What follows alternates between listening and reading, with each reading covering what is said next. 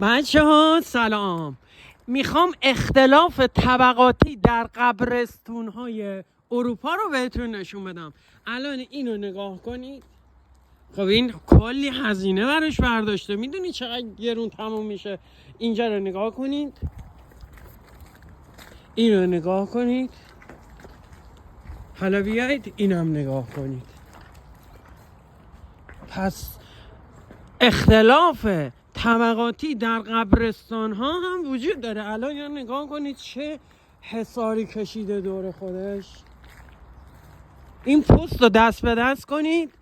الان اینو نگاه کنید، اینو نگاه کنید، اینم نگاه کنید، اینم نگاه کنید. خدا وکیلی نگاه کنید. اختلاف طبقاتیه یا نیست؟ نگاه کن، یه سنگ هیچی هم روش نی. نگاه کنید. بله که اختلاف طبقاتی همه جا هست. حالا بذارید اون یکی رو هم نشون بدم. چقدر مجللن بعضی هاشون. اختلاف طبقاتی در قبرستان های اروپا. نگاه کنید دورش حصار کشیده، قفل زده، نمیدونم.